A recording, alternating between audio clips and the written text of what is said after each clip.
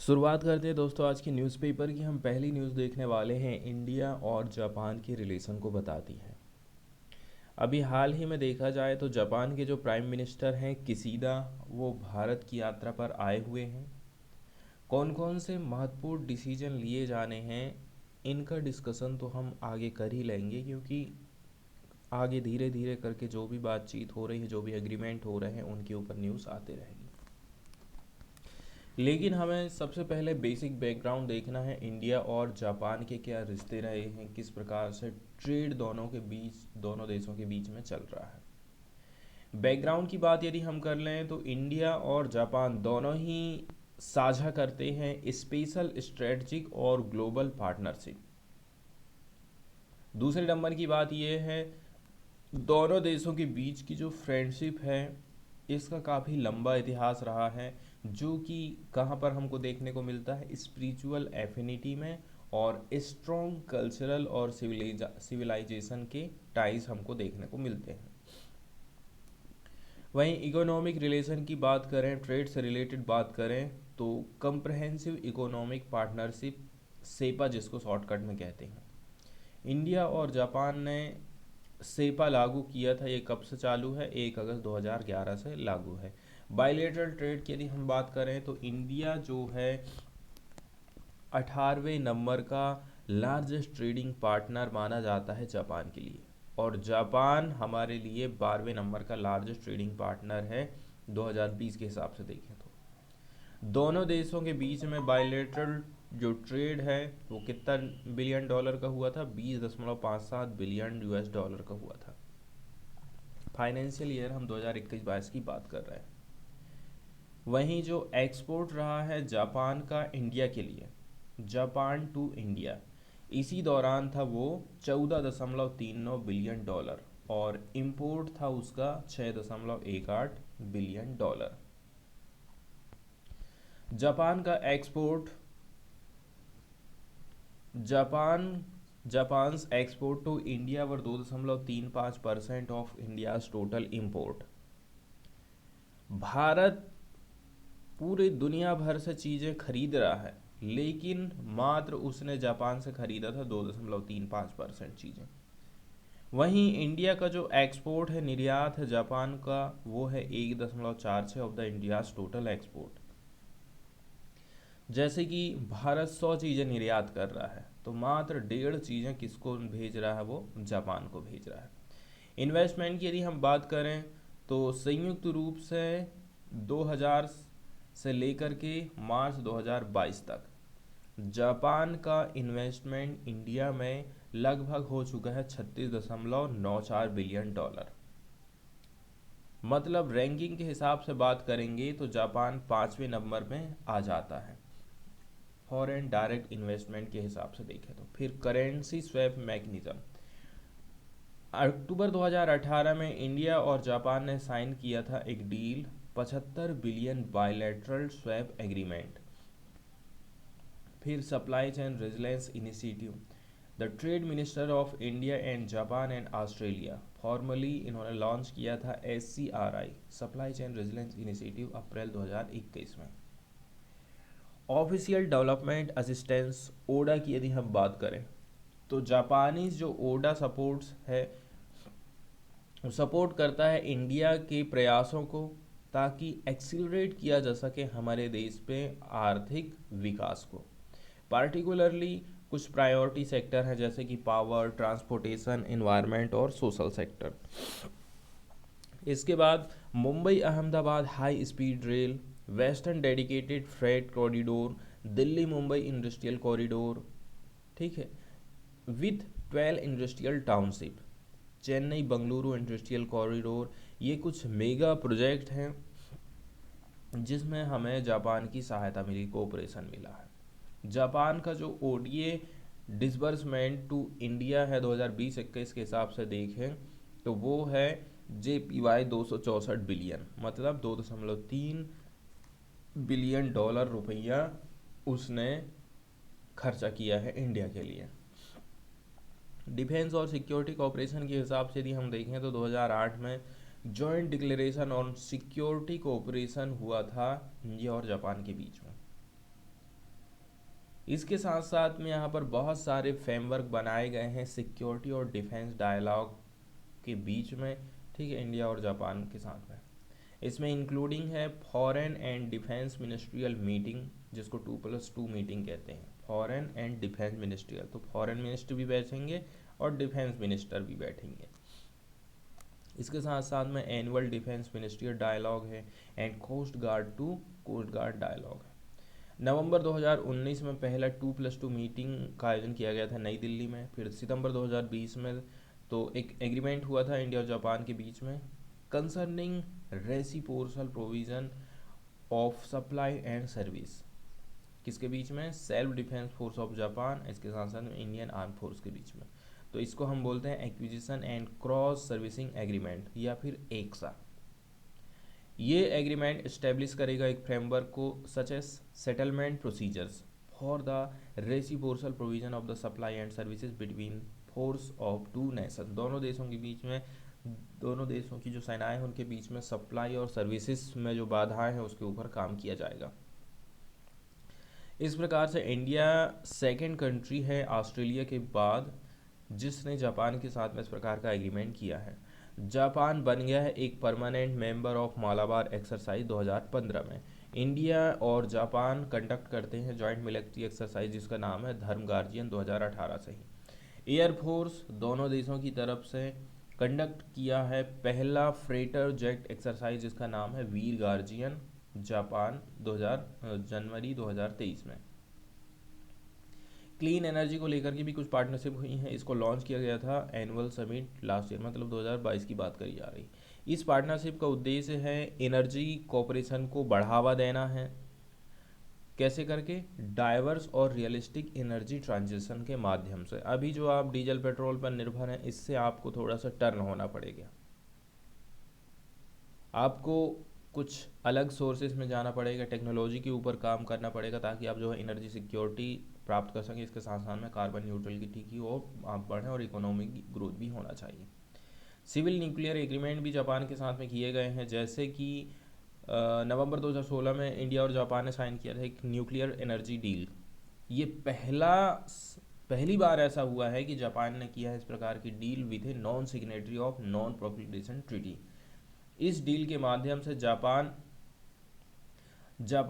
The right to supply nuclear reactors fuel and technology to India, इसके माध्यम से क्या है जापान हमको क्या क्या देगा, न्यूक्लियर रिएक्टर देगा, फ्यूल देगा, टेक्नोलॉजी देगा इंडिया को, ताकि हम जो है न्यूक्लियर के मामले में भी आगे बढ़ सके और उसका सही जगह में इस्तेमाल कर सकें।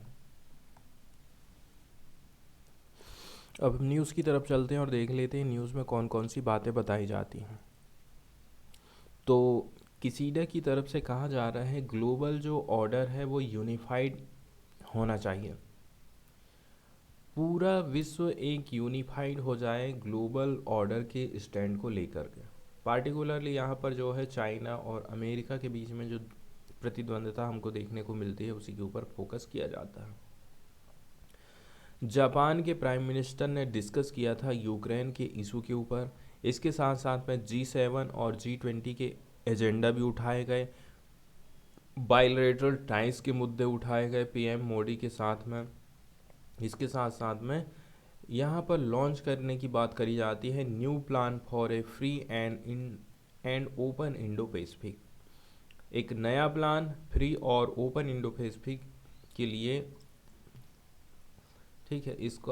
इसके बारे में भी यहाँ पर डिस्कशन किया गया था इस स्कीम के बारे में। रसिया का वार कहाँ पर, यूक्रेन में। इससे क्या पता चल रहा है कि जापान और इंडिया दोनों ने ही कॉमन स्टैंड ले लिया है, दोनों ही इम्पोर्टेंस देते हैं कि कैसे करके जो इंटरनेशनल ऑर्डर है उसको हम वहाँ पर पीस स्थापित कर सकें, शांति स्थापित कर सकें। मिस्टर किसीदा और प्राइम मिनिस्टर नरेंद्र मोदी ने डिस्कशन किया था कि कैसे करके हम जो है कोऑर्डिनेट कर सकते हैं G7 के एजेंडा के ऊपर, जिसका आयोजन किया जाएगा हिरोशिमा में मई 2023 में। इसके साथ साथ में G20 to be held in Nai Delhi in September on a numbers of issues like डेब्ट financing, food and energy security. कौन कौन से मुद्दे उठाए जाएंगे, डेब्ट फाइनेंसिंग और फूड एंड एनर्जी सिक्योरिटी के ऊपर यहाँ पर बातचीत करी जाएगी। मिस्टर मोदी ने एक्सेप्ट कर लिया है मिस्टर किसीदा की रिक्वेस्ट कि आप जो है one of the special invitee बनकर के G7 के समिट में भाग लीजिए, जिसमें विश्व की 7 मोस्ट डेवलप्ड कंट्रीज शामिल हो जाती हैं। इसका आयोजन किया जाएगा 19 मई से लेकर के 21 मई तक। इसके अलावा अदर जो स्पेशल इनवाइटीज़ अनाउंस किया गया है मंडे के दिन, वो है leader of Brazil, Indonesia, Australia, South Korea, Vietnam, the Cook Island and Comoros. तो जो अदर स्पेशल इनवाइटीज़ हैं वो भी हमारे लिए इम्पोर्टेंट हो जाते हैं कि कौन कौन अदर स्पेशल इनवाइटीज़ आने वाले हैं। मिस्टर किसीदा का जो रिमार्क था वो काफ़ी महत्वपूर्ण हो जाता है, क्योंकि वो ऐसे टाइम में आया है जब चाइनीज़ प्रेसिडेंट जी जिनपिंग कहाँ गए हैं, मॉस्को गए हैं, ताकि डिस्कस कर सकें यूक्रेन के कॉन्फ्लिक्ट के ऊपर, किसके साथ में, रशिया के प्रेसिडेंट व्लादिमीर पुतिन के साथ में।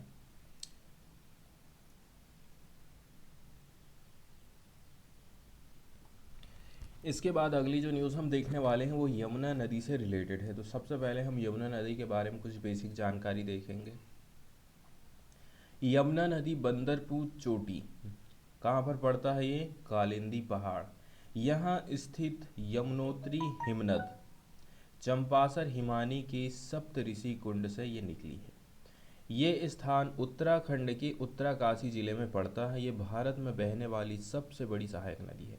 इसकी कुल लंबाई है 1376 किलोमीटर। यमुना नदी प्रयागराज में गंगा से मिलती है। यमुना नदी के कई सारे नाम, जैसे कि कालिंदी, कालिंदजा कालिंदी पहाड़ से निकलने के कारण इसको ये नाम रखे। सूर्य तनिया, यमुना नदी को सूर्य की बेटी माना जाता है। इसके साथ साथ में यमी मतलब यमराज की बहन। यमुना नदी के किनारे बहुत सारे शहर बसे हुए हैं, जैसे कि उत्तराखंड, हिमाचल प्रदेश, हरियाणा, दिल्ली, उत्तर प्रदेश, यहाँ से होकर के गुजरती। इसके किनारे कालसी, दिल्ली, आगरा, इटावा, मथुरा, प्रयागराज, बांदा आदि शहर बसे हुए हैं। प्रसिद्ध जो पाउंता साहिब गुरुद्वारा, जो कि हिमाचल प्रदेश के सिरमौर जिला में लोकेटेड है, इसी नदी के तट पर है। ये गुरुद्वारा गोविंद सिंह से रिलेटेड है। बहुत सारी इसकी ट्राइब्यूटरीज हैं, जैसे कि टॉन्स नदी। ये फेमस इसलिए है क्योंकि ये पहली नदी है जो कि यमुना से आकर मिलती है। इसका उद्गम स्थल बंदरपुर चोटी है। ये देहरादून के पास कालसी नामक गांव में यमुना से मिलती है। ये गंगा की सबसे बड़ी सहायक नदी है। इस कालसी नामक स्थान पर सम्राट अशोक के शिलालेख भी मिले हैं। कालसी में ही एक और नदी हर की दून आकर के यमुना से मिलती है। फिर आती है चंबल रिवर, बेतवा रिवर। बेतवा को बेत्रवती भी बोलते हैं। महाभारत काल में इस नदी का नाम चमरण्यवती नाम से मिलता है। इस नदी को मध्य प्रदेश की गंगा कहते हैं और इसे बुंदेलखंड का जीवन रेखा के नाम से भी जानते हैं। और बेतवा का द्वीप देवगढ़ के किला को कहा जाता है, जो कि उत्तर प्रदेश में लोकेटेड है। फिर आती है बेतवा नदी के बाद बेतवा नदी पर कौन कौन से बांध बनाए गए हैं, जैसे कि रानी लक्ष्मीबाई परियोजना, सम्राट अशोक जल परियोजना, माता टीला बहुउद्देशीय जल परियोजना, परीक्षा परियोजना। फिर आ जाती है बीना नदी, जो कि यमुना की एक सहायक नदी है। बीना मध्य प्रदेश के एक जिला का भी नाम है। बीना नदी के किनारे बीना तेल रिफाइनरी लोकेटेड है। इस नदी के किनारे गुप्त काल का एरड़ अभिलेख स्थित है। एरड़ अभिलेख सागर जिला में पड़ता है। यहाँ से ही सती प्रथा का प्रमाण हमको मिलता है। और बीना नदी पर भालकुंड राहतगढ़ जलप्रपात लोकेटेड है। फिर आ जाती है केन रिवर। केन रिवर के बाद हिंडन नदी। तो ये यमुना की प्रमुख सहायक नदियां हैं। वहीं यदि हम इसके मैप की बात करें, मैप के माध्यम से इसको यदि हम समझने की कोशिश करते हैं कि कहाँ से निकली है, कहाँ जाती है और कौन कौन सी इसकी सहायक नदियां हैं, ठीक है, तो इसकी जो सारी चीज़ें हैं वो क्लियर हो जाएंगी। जैसे कि ये जो मैप आप देख रहे हैं, यहाँ पर से यमुना रिवर कहाँ से निकली और कहाँ पर जाकर के गंगा से मिलती है। ये है बंदरपूछ, ठीक है, उत्तराखंड जिला, उत्तराखंड में। यहाँ से ये निकली है यमुनोत्री हिमनद से निकली है। फिर न्यू दिल्ली से होते हुए आगरा जाती है, आगरा से फिर भिंड, भिंड से फिर आगे बांदा पड़ेगा और इलाहाबाद में जाकर के गंगा से मिल जाती है। इसकी जो प्रमुख सहायक नदियां हैं वो कौन कौन सी हैं? चंबल है, सिंध, बेतवा, दशान और कैन इसकी प्रमुख सहायक नदियों में आ जाती हैं। अब चंबल की भी कई सारी सहायक नदियां जैसे कि बनास, और ये चंबल है बीच वाली, फिर काली सिंध है और पार्वती इसकी प्रमुख सहायक नदियां हैं। अब हम न्यूज़ की तरफ चलते हैं और न्यूज़ में देख लेते हैं। तो ये न्यूज़ में बताया जा रहा है कि जो कंटेमिनेटेड वाटर, दूषित जल का सैंपल दिया गया है, नमूना दिया गया है बीजेपी के द्वारा, वो यमुना नदी का नहीं है, ऐसा न्यूज़ में बताया जाता है। तो दिल्ली के असेंबली स्पीकर रामनिवास गोयल ने मंडे के दिन कहा है कि रिपोर्ट ये बता रही हैं कि ये जो कंटेमिनेटेड वाटर है, वाटर सैंपल है जिसको क्लेम किया जा रहा है बीजेपी एमएलएस के द्वारा, to be from Yamuna were not from the river, लेकिन ये जो सैंपल है यमुना नदी का नहीं है। इस रिपोर्ट का विरोध करते हुए बीजेपी ने ठीक है आरोप लगाया था कि ये जो सैंपल इन्होंने सबमिट किए थे जनवरी के दौरान, एक स्पेशल सेशन चल रहा था उस टाइम में, ठीक है, वर स्वेप्ड। स्वेप्ड जो वर्ड है इसका हम मीनिंग देख लेते हैं। फिर बताया जा रहा है कि जो बीजेपी के लेजिस्लेटर हैं ना, जनवरी 18 को इन्होंने प्रोटेस्ट करना चालू कर दिया था आम आदमी पार्टी की गवर्नमेंट के खिलाफ में, कि यमुना में जो है पॉल्यूशन का लेवल बढ़ते जा रहा है। ये अपने साथ में बॉटल लेकर के आए थे कंटेमिनेटेड वाटर की, ठीक है, और आरोप लगा रहे थे कि ये नदी का पानी आप देखो खुद।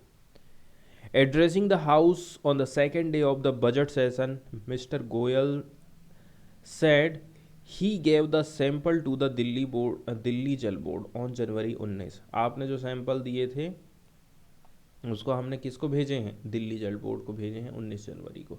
यहाँ जो वर्ड यूज़ किया गया था स्वेप्ड, स्वेप्ड का मतलब होता है बदलना, जैसे कि हो सकता है कि हमने किसी को बाटल दिया और बाटल को बदल दिया गया हो, पानी को बदल दिया गया हो।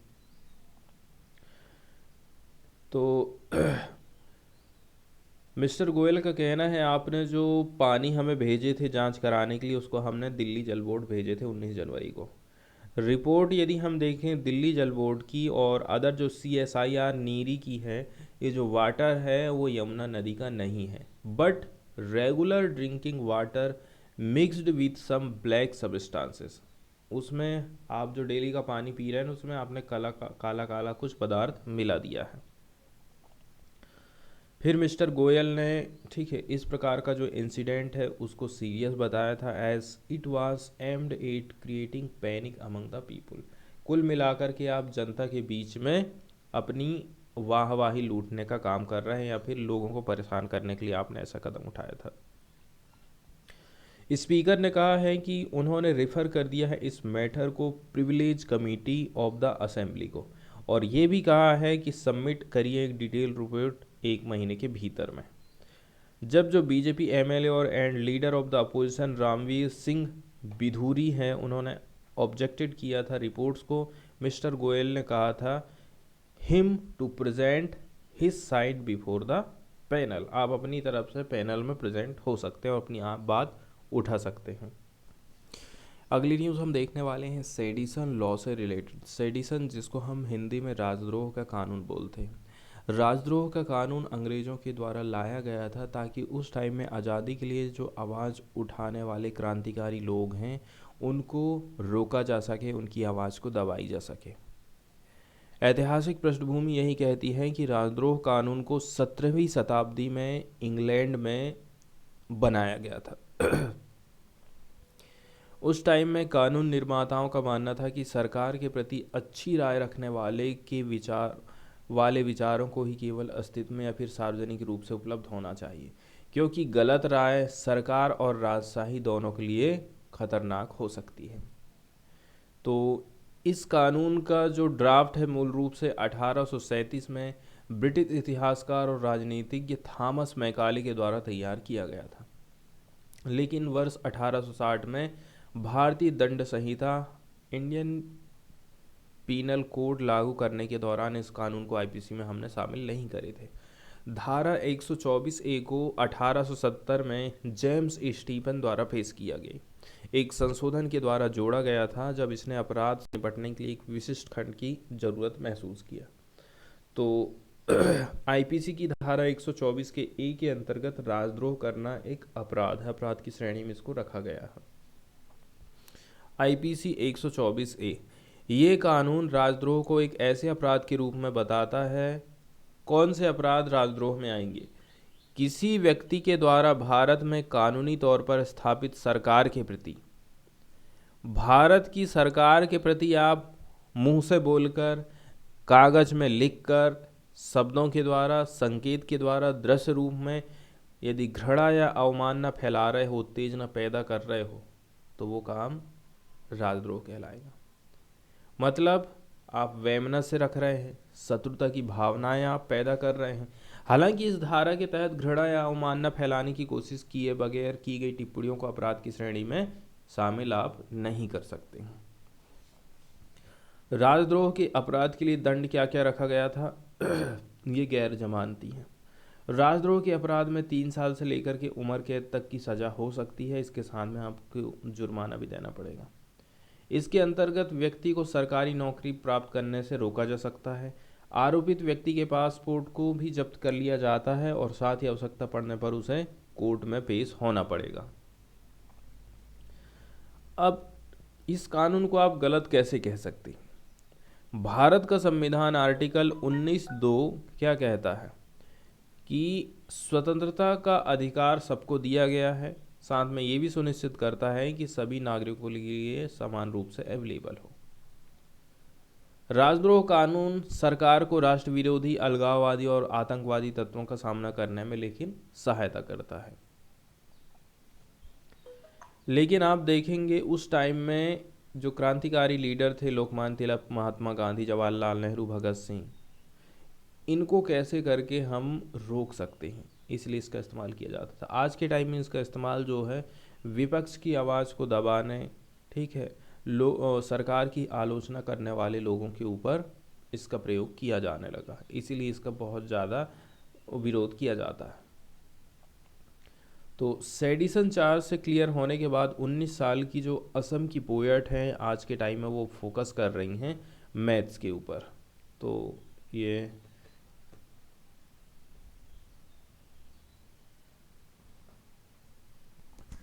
इसके बाद हम सीधे चलते हैं एडिटोरियल की तरफ और देख लेते हैं प्रमुख एडिटोरियल को। तो जो पहला एडिटोरियल हम देखेंगे वो सीरियल सोरेशन से रिलेटेड है। सैरेल, मोटे अनाजों के ऊपर ये एडिटोरियल लिखा गया है। चूँकि ये जो साल 2023 है ना, यूनाइटेड नेशंस ने इसको डिक्लेयर किया था as a international year of millets and international year of millets and against climate change.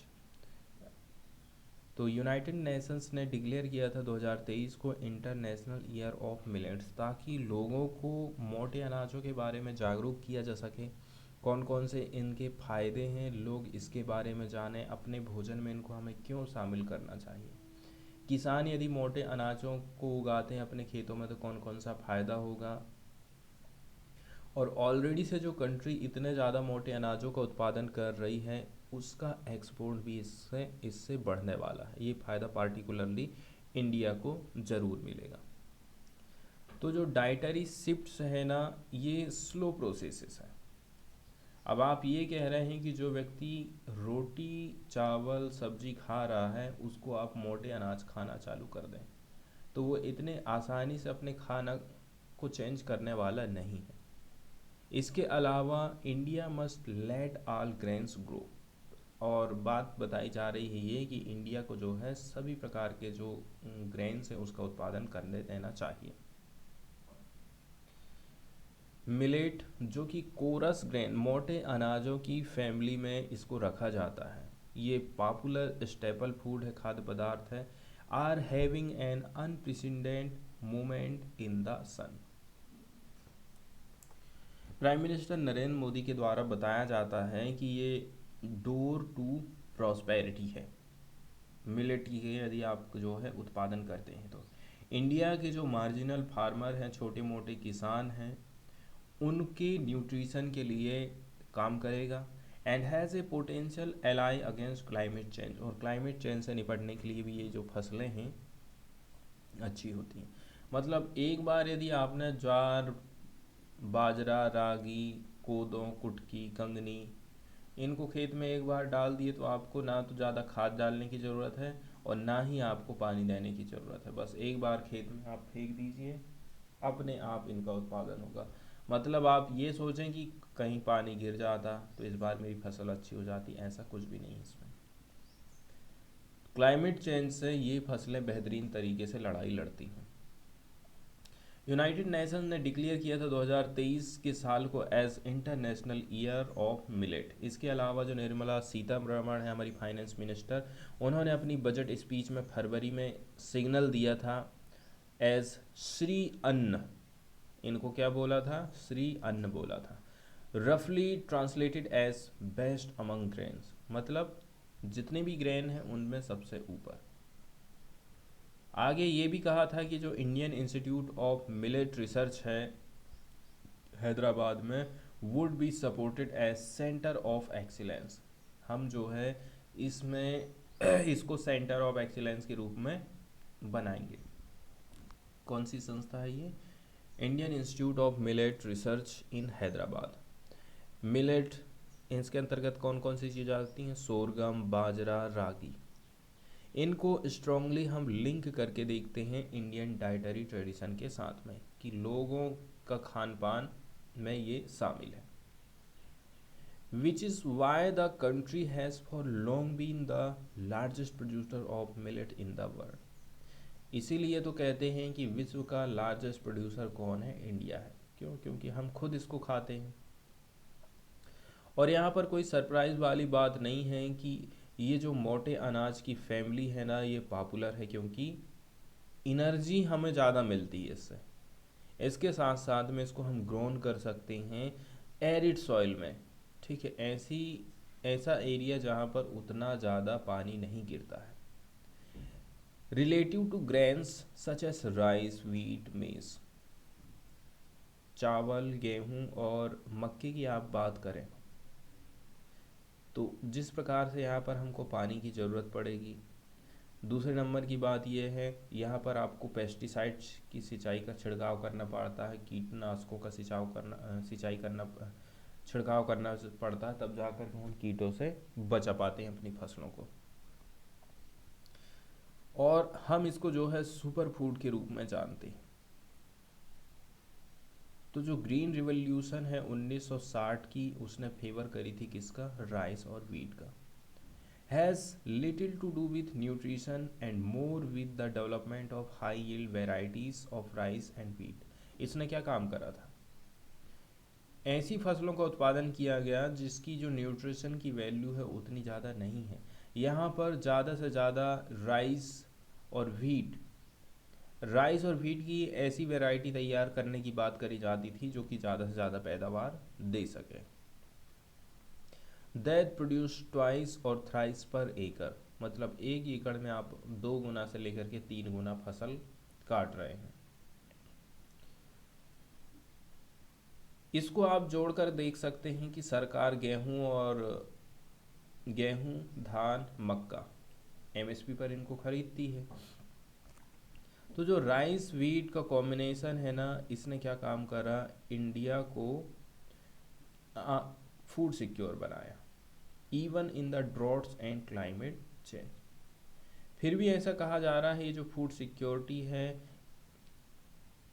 Food security के बदले में ग्राउंड वाटर को आपने एक्सप्लॉयटेशन किया, इसके साथ साथ में बहुत ज़्यादा आप पेस्टिसाइड का छिड़काव करने लगे। इससे हमारा जो सिस्टम है, ठीक है, साल दर साल सिस्टम ने हमारी मिट्टी की जो उर्वरता है ना, उसको धीरे धीरे करके ख़त्म करना चालू कर दिया। और किसानों को हालांकि एवरेज फ़ायदा हुआ ज़रूर था, वहीं जो ग्लोबल एवरेज इनकम है वो बढ़ी है 1960 के दशक से ही, किसानों की यदि हम बात करें। इसके साथ साथ में राइज हुआ है डिमांड फॉर सस्टेनेबल एग्रीकल्चर की तरफ। इंडिया देख रहा है मिलेट के मार्केट की तरफ एज ए ग्लोबल पैनी का। अब इंडिया चाहता है कि इंडिया में तो हम इसका उत्पादन कर ही रहे हैं, लोग खा भी रहे हैं, अब पूरी दुनिया भर के लोग भी इसको खाएं, इसको जानें। However, competing with the global price wheat maize troika, which according to the Food and Agriculture constitute 89% of the global cereal production, mean that millet production must be many times more remunerative than now. आपको जो है एक तो उत्पादन ज़्यादा करना पड़ेगा, दूसरे नंबर की बात यह है किसानों को आपको एमएसपी देना पड़ेगा, तब जाकर के किसान इसमें शिफ्ट होने वाले हैं। और साथ ही साथ आपको ज़्यादा उत्पादन देने वाली वैरायटी के ऊपर भी काम करना पड़ेगा। इसके बाद अगला जो आर्टिकल है वो हम ह्यूमन डेवलपमेंट से रिलेटेड डिस्कस करने वाले हैं। पार्टिकुलरली इंडिया की बात करी जाती है कि इंडिया ह्यूमन डेवलपमेंट इंडेक्स में किस प्रकार से पिछड़ रहा है। आप बांग्लादेश से भी पीछे हैं, श्रीलंका से भी पीछे हैं। क्या रीज़न है, कौन कौन से कदम हमें उठाने की ज़रूरत है? तो सरकारों को ये सुनिश्चित करने के लिए आपको क्या क्या सुनिश्चित करना, गवर्नमेंट को प्रायोरिटी देना पड़ेगा human development along side economic growth. Economic growth तो आपकी होना ही चाहिए, साथ साथ में ह्यूमन का डेवलपमेंट भी बहुत ज़्यादा ज़रूरी है, ताकि आप ये इंश्योर कर सकें benefit of growth are more evenly distributed. देश यदि आगे बढ़ रहा है तो देश आगे बढ़ रहा है, उससे जो भी फायदा हो रहा है वो फायदा सभी लोगों में वितरित हो सके। इसके लिए आपको क्या करना है, आपको मल्टी फेसेटेड अप्रोच को अपनाना है, जो कि एड्रेस करती है इनकम इनइक्वालिटी, जेंडर इनइक्वालिटी। हमारे देश में देख रहे हैं आपकी या तो गरीब लोग हैं या तो बहुत ज़्यादा अमीर लोग हैं, और ज़्यादातर जो पैसा है अमीर लोगों ने अपने जेब में रख के बैठे हैं। तो जो इनकम की इनइक्वालिटी है उसको कैसे करके आप मैनेज कर सकते हैं, ठीक है। महिलाओं और पुरुषों में जो इनइक्वालिटी है, विषमताएं हैं, महिलाओं का जो पार्टिसिपेंट है वर्क में, उसको आप कैसे करके बढ़ा सकते हैं। घर से बाहर महिलाओं को काम करने के लिए, ठीक है, आज भी जो है जाने के लिए सोचना पड़ता है। इसके साथ साथ में जो सोशल सर्विसेज हैं वहाँ पर आपको क्वालिटी प्रोवाइड करना पड़ेगा, आपको एड्रेस करना पड़ेगा इन्वायरमेंटल चैलेंजेस को, एंड प्रोवाइड करना पड़ेगा ग्रेटर इन्वेस्टमेंट इन सोशल इंफ्रास्ट्रक्चर। जैसे कि हेल्थ केयर में सरकार को पैसा खर्चा करने की ज़रूरत है। आप यदि छोटी सी भी बीमारी है और बड़ी सी बीमारी की आप कल्पना करिए, कोई हार्ट अटैक से ख़त्म हो रहा है, कोई कैंसर से ख़त्म हो रहा है, अब उस सरकारी हॉस्पिटल की आप कल्पना करिए जो किसी को लकवा मार दिया है तो बोल रहा है बस आपका कुछ नहीं हो सकता, हम कुछ नहीं कर सकते, अब ये जीवन भर ऐसे ही रहेंगे। और वहीं आप अपने मरीज़ को जब प्राइवेट हॉस्पिटल लेकर के जाते हैं तो वो पूरी कोशिश करते हैं, ठीक है, ऑपरेशन करके ठीक कर देते हैं लकवा की बीमारी को। तो ये अंतर हो गया है सरकारी और प्राइवेट में। तो कैसे करके जो हमारा हेल्थ केयर जो सिस्टम है वो सुधर सकता है। एजुकेशन की ही बात कर लीजिए, आज के टाइम में मेडिकल की पढ़ाई करना कितना मुश्किल हो गया है। जिनके पास पैसा है वो कर सकता है, या फिर जो एकदम टैलेंटेड व्यक्ति है जो टॉपर रहा है वो कर सकता है, क्योंकि वो ही जो है एमबीबीएस का एग्ज़ाम फाइट कर पाता है। और बाकी के बीच के लोग कहाँ गए, उसमें कुछ लोग गरीब भी हैं, कुछ लोग अमीर भी हैं, सब लोग हैं उसमें। इसलिए हम कह रहे हैं कि आपका जो एजुकेशन सिस्टम है, अब आप सोच सकते हैं कि कभी यदि आप किसी गरीब फैमिली से हैं, आपने 10वीं पढ़ ली है, 12वीं पढ़ ली है, जब बारी आती है कि मैं बीई कर लूँ, मैं एमबीबीएस कर लूँ, सबसे पहले आप देखते हैं अपनी फैमिली की हालत, मेरी फैमिली अफोर्ड कर सकती है कि नहीं कर सकती है। तो एजुकेशन में कैसे करके हम सुधार ला सकते हैं? बेसिक हाउस होल्ड एमिनिटीज़ हैं, कुछ घरों की बेसिक आवश्यकताएं हैं, जैसे कि क्लीन वाटर अवेलेबल कराना, इसके साथ साथ में सैनिटाइजेशन की फैसिलिटी अवेलेबल कराना, क्लीन फ्यूल के ऊपर फोकस करना, electricity, internet, under developed state के ऊपर आपको फोकस करना पड़ेगा।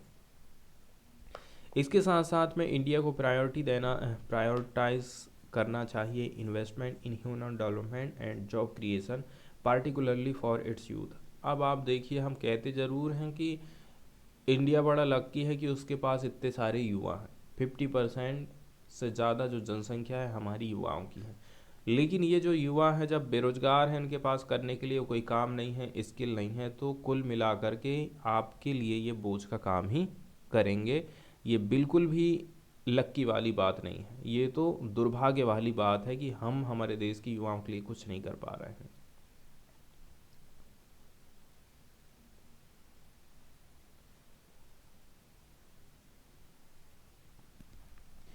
इसके अलावा देखिए, जो फ्रंट पेज की न्यूज़ थी हमारी, इंडिया और जापान के रिलेशन को हम डिस्कस कर रहे थे।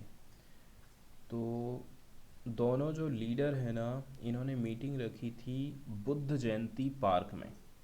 इन्होंने डिस्कस किया था कुछ बायलैटरल इश्यूज़ के ऊपर, इसके साथ साथ में कुछ प्लानिंग, ताकि कोऑपरेट कर सकें हम जो साउथ कंट्री हैं, साउथ एशियन कंट्रीज़ हैं उनका। उन्होंने एक्सचेंज किया था कुछ डॉक्यूमेंट्स को, किसके ऊपर? Financing of the next trenches of Japan, Japanese funding. तो जापान हमें फंड प्रोवाइड कर रहा है 300 बिलियन येन के लोन की, ताकि हम Mumbai Ahmedabad high speed rail MAHSR या फिर बुलेट ट्रेन प्रोजेक्ट को पूरा कर सकें। इसके साथ साथ में एक मेमोरेंडम ऑफ अंडरस्टैंडिंग हुई है, Japanese language education for MEA। Mister Kishida also said Japan plan to mobilise a total $75 billion in public and private fund by 2030। In particularly उन्होंने मेंशन किया था कि हम जो है कोऑर्डिनेट कर रहे हैं इंडिया के साथ में कुछ प्रोजेक्ट के ऊपर, as a part of Bay of Bengal North East India industrial value chain concept.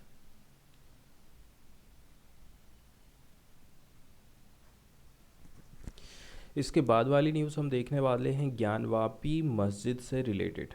तो ज्ञानवापी मस्जिद अभी विवाद में चल रही है, तो इसके ऊपर जो रिसर्च करी गई हैं वो क्या क्या चीज़ कहती हैं। ज्ञानवापी मस्जिद का आर्किटेक्चर यदि हम देखें तो वो हमें मिक्स टाइप का दिखता है। मतलब मस्जिद के गुंबद के नीचे के स्ट्रक्चर, ये आप देख रहे हैं मस्जिद ना, तो मस्जिद के गुंबद के नीचे मंदिर के स्ट्रक्चर जैसी दीवार हमको नज़र आती है, और मस्जिद के खंभे भी हिंदू मंदिर शैली जैसे लगते हैं। 1991 में काशी विश्वनाथ मंदिर के पंडितों के वंशजों ने वाराणसी सिविल कोर्ट में एक याचिका दायर करी थी। मतलब उन्होंने कहे थे कि मूल मंदिर को 2050 साल पहले राजा विक्रमादित्य ने बनवाया था। 1669 में औरंगजेब ने इसको तोड़ दिया और मस्जिद बनवाया। याचिका में ये भी कहा गया था कि मस्जिद में मंदिर के अवशेषों का इस्तेमाल हुआ है, इसीलिए ये ज़मीन हिंदू समुदाय को मिलना चाहिए। और उन्होंने क्या कहा था कि ये जो ज्ञानवापी मस्जिद है ना, ये विश्वेश्वर का मंदिर है, जिसका निर्माण 2050 साल पहले राजा विक्रमादित्य ने करवाया था। काशी विश्वनाथ मंदिर के तोड़े गए हिस्से में मंदिर के चिन्ह और गर्भगृह में शिवलिंग होने की बात भी उठती है।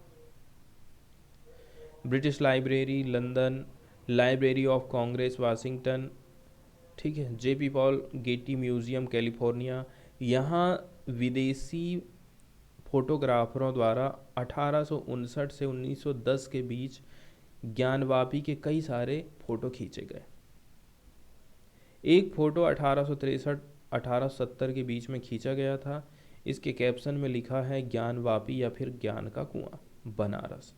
तस्वीर में हनुमान जी की मूर्ति, घंटी और खंभों की नक्काशी भी दिख रही थी।